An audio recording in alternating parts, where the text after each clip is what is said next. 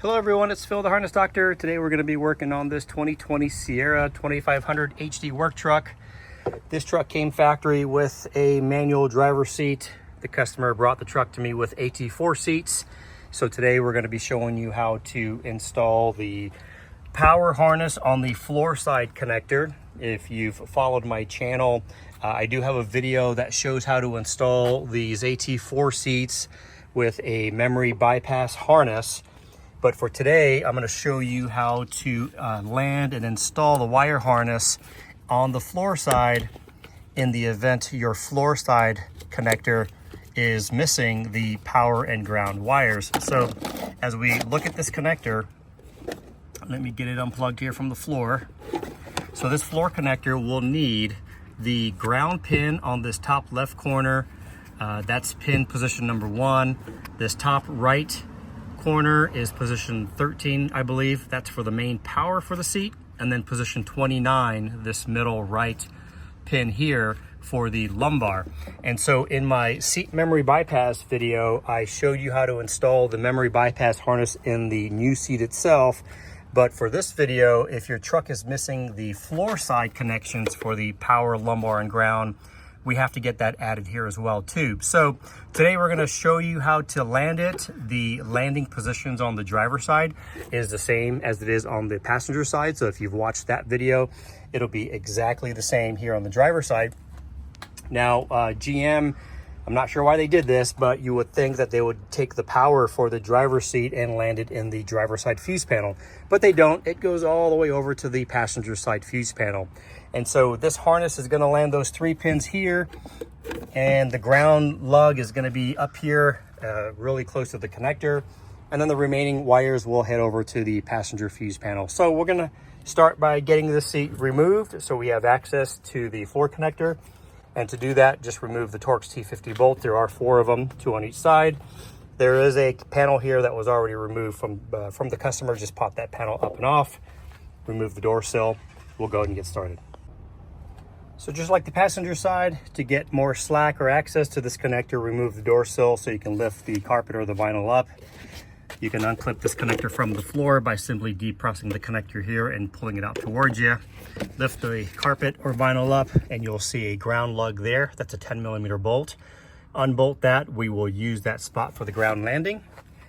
To prepare the connector for terminal insertion, we're going to undo the zip tie here and unclip this connector. It just has clips all the way around and it's a clamshell design. So let me go ahead and get this connector open now. Once you have access to the back of the connector, just like the passenger side, you want to remove the gray silicone plugs in the back. It'll be this one here, and that one there. This first one is position 1. Just dispose of that. This one here is position 13. And this one here is position 29. All right, now that we have that ready, you want to prepare the connector for terminal insertion. And again, just like the passenger side, you want to take a small flat blade screwdriver in this slot in the connector. And essentially you want to lift or pry that blue tab downward. A flat blade here.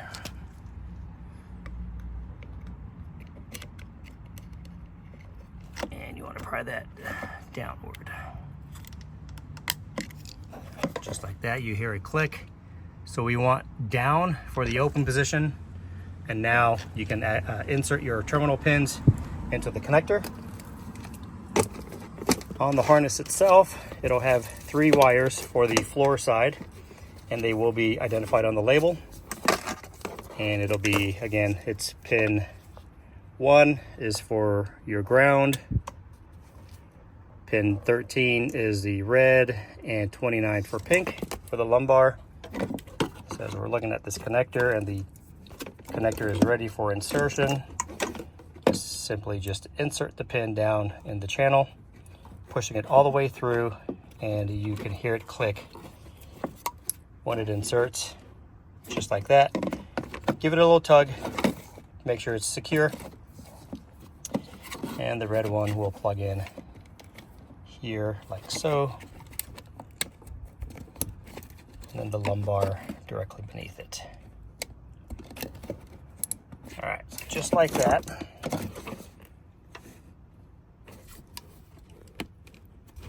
Don't forget to lock the TPA back, and the TPA needs to be locked in the up position.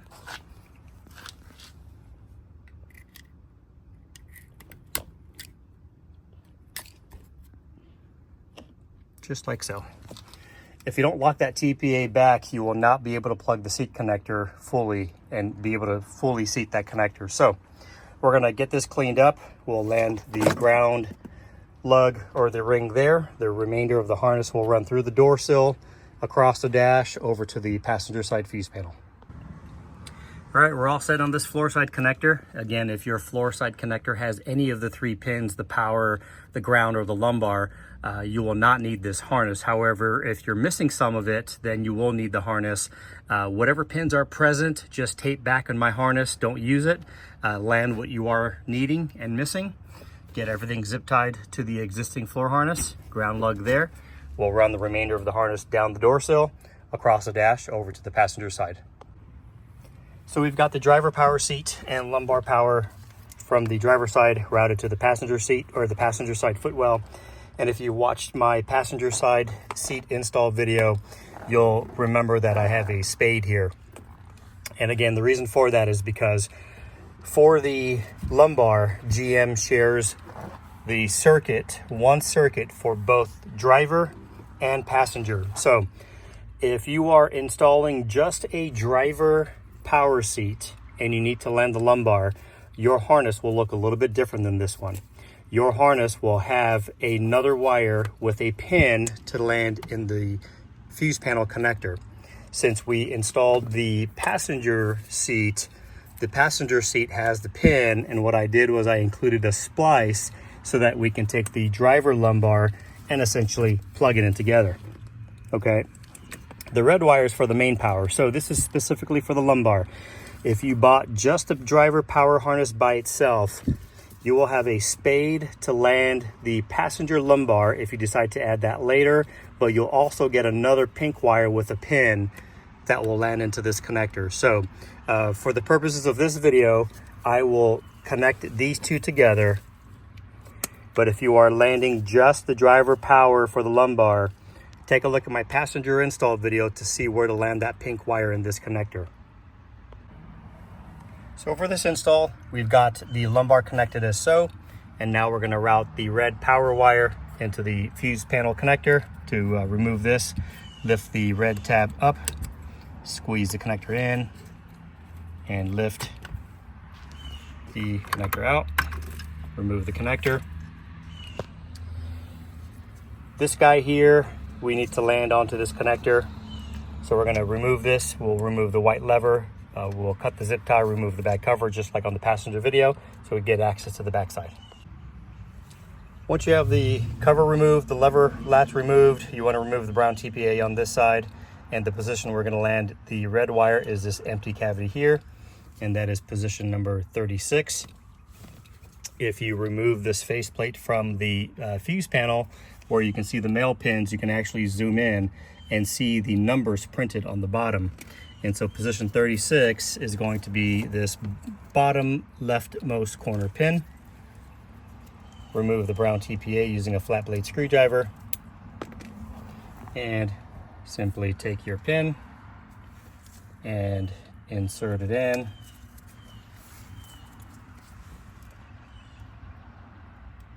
And it's gonna go in just like that. Push it all the way forward until you hear a click.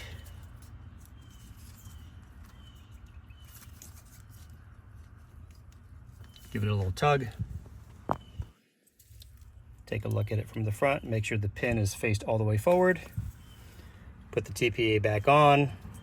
Zip tie everything down. Put the back cover in the latch and plug it in.